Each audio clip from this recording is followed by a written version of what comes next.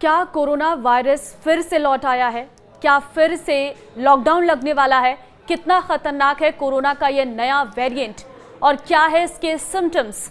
कहां और कितने मरीज कोरोना के नए वेरिएंट के सामने आए हैं, बताएंगे सारी डिटेल इस वीडियो में। नमस्कार, मैं हूं आपके साथ ममता तिवारी। आप देख रहे हैं न्यूज़ 18 का डिजिटल प्लेटफॉर्म। 30 जनवरी 2020 ये वो तारीख है जब भारत में कोरोना का पहला मामला सामने आया। और उसके बाद क्या हुआ? सबकी जिंदगी बदल गई थी।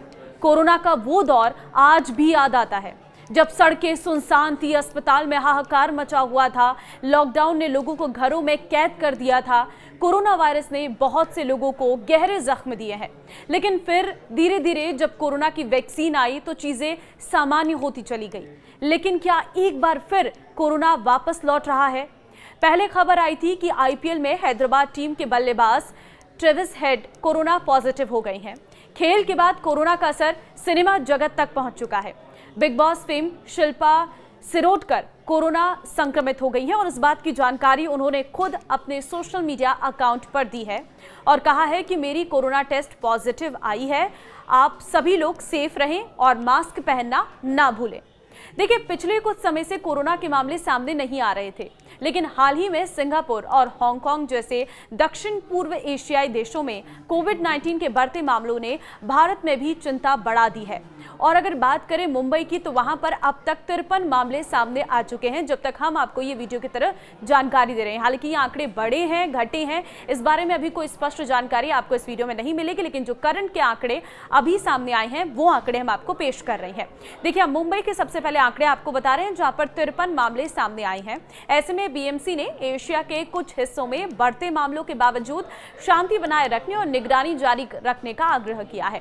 साथ ही नागरिकों को सलाह दी है कि अगर कोविड के लक्षण दिखाई दे तो वे मेडिकल हेल्प लें। केरल, महाराष्ट्र और तमिलनाडु में फिलहाल देश में सबसे अधिक केस सामने आ चुके हैं, जिससे राज्य सरकारों की चिंताएं बढ़ गई हैं और कोरोना के बढ़ते मामलों पर स्वास्थ्य मंत्रालय की ओर से कहा गया है कि फिलहाल मामला कंट्रोल में है। हालांकि बढ़ते मामलों के मद्देनजर समीक्षा बैठक की गई है। आपको जानकारी दे दें कि दक्षिण भारत के केरल और तमिलनाडु में कोरोना के मामले पिछले कुछ दिनों में तेजी से बढ़ रहे हैं।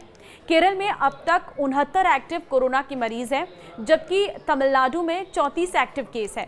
महाराष्ट्र की बात करें तो यहां पर भी आंकड़ों के मुताबिक कुल 53 एक्टिव केस हैं। महाराष्ट्र में भी स्वास्थ्य विभाग कोरोना के बढ़ते मामलों पर नजर बनाए हुए हैं। इसके अलावा कर्नाटक, गुजरात और दिल्ली में भी कोरोना के केस सामने आए हैं। दिल्ली में फिलहाल कोरोना के 3 ही एक्टिव केस सामने आए हैं। वहीं कर्नाटक और गुजरात में 8 और 6 इस तरीके के एक्टिव केसेस सामने आ चुके हैं। इसके अलावा बात हरियाणा, राजस्थान और सिक्किम की करें तो यहाँ पर एक एक्टिव मरीज डिटेक्ट किए गए हैं। मुंबई में कोरोना से 2 मरीजों की मौत भी हो चुकी है। एशियाई देशों में कोरोना के फिर से फैलने की वजह से हालात और बिगड़ते जा रहे हैं। इससे वैश्विक स्तर पर कोरोना को लेकर एक बार फिर से चिंताएं बढ़ गई हैं। हांगकांग और सिंगापुर में कोरोना के बढ़ते मामले लगातार सामने आ रहे हैं। सिर्फ मई के महीने में ही सिंगापुर में 14,000 कोरोना के एक्टिव केस सामने आ चुके हैं। हालांकि भारत में फिलहाल ये आंकड़ा सिर्फ 257 एक्टिव केसों तक ही सीमित है, जो कि जनसंख्या को देखते हुए काफी कम ही है। स्वास्थ्य मंत्रालय ने कई स्वास्थ्य विभागों के अधिकारियों के समक्ष समीक्षा बैठक की है और बैठक के बाद ये कहा गया है कि फिलहाल भारत में कोरोना महामारी कंट्रोल में है। कोरोना का नया वेरिएंट वो भी मैं आपको बताती हूँ, इसके सिम्टम्स क्या हैं और आपको किस तरीके से सावधानी बरतनी है वो भी आप जान लीजिए। देखिए, नई वेरिएंट का नाम है JN.1। देखिए, ये नाम के इस वेरिएंट की गंभीरता इतनी है कि ये काफ़ी तेज़ी से एक दूसरे में फैलता है।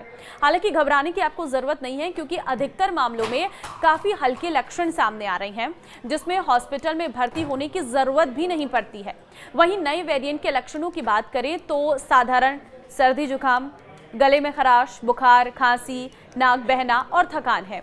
वहीं कुछ लोगों को सिरदर्द और हल्की सांस की शिकायतें भी हो सकती हैं।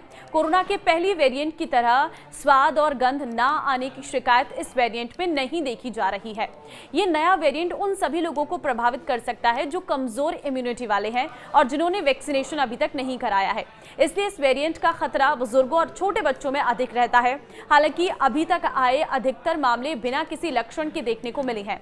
देश में अधिकतर लोगों ने कोरोना से बचाव बचाव के लिए अपना वैक्सीनेशन पूरा करा लिया है, लेकिन वैक्सीनेशन कोरोना के इस नए वेरिएंट से कितना बचाव करता है, इसका जवाब ये है कि वैक्सीन लगवा चुके लोगों का संक्रमण का खतरा काफी कम है, लेकिन फिर भी सावधानी जरूर रखनी चाहिए। वैक्सीन लेने से वायरस से संक्रमण में होने आने वाले गंभीर लक्षणों का खतरा टल जाता है। कोरोना से बचाव के उपाय ये हैं कि कोरोना से बचाव के लिए आपको भीड़ भाड़ वाले इलाकों में जाने से बचना है। घर से बाहर निकलते समय हमेशा आपको मास्क का इस्तेमाल करना है। अपने हाथों को बार बार साबुन या फिर सैनिटाइजर से साफ करना है। किसी भी तरह का लक्षण दिखने पर घर में रहें और डॉक्टर से आपको संपर्क करना है। अपनी इम्यूनिटी को बूस्ट करने के लिए बैलेंस डाइट लें और एक्सरसाइज जरूर करें। कमजोर इम्यूनिटी वालों को थोड़ा संभल कर रहने की जरूरत है। ऐसे लोगों को ये आसानी से अपना निशाना बना लेता है। तो देखिए, कोरोना का नया वेरिएंट आ चुका है। हालांकि आपको घबराने की जरूरत नहीं है, लेकिन हाँ, आपको सावधान रहने की बहुत जरूरत है, क्योंकि अगर आप गलतियां करेंगे तो ये वायरस फैलेगा, और अगर ये वायरस फैलेगा तो ये पुराना रूप भी ले सकता है, यानी कि एक बार फिर से वो सिचुएशन आ सकती है जब हम लॉकडाउन में घर के अंदर बंद हो सकते हैं। तो ऐसे में बहुत ज़रूरी है कि आप अपनों का ख्याल रखें।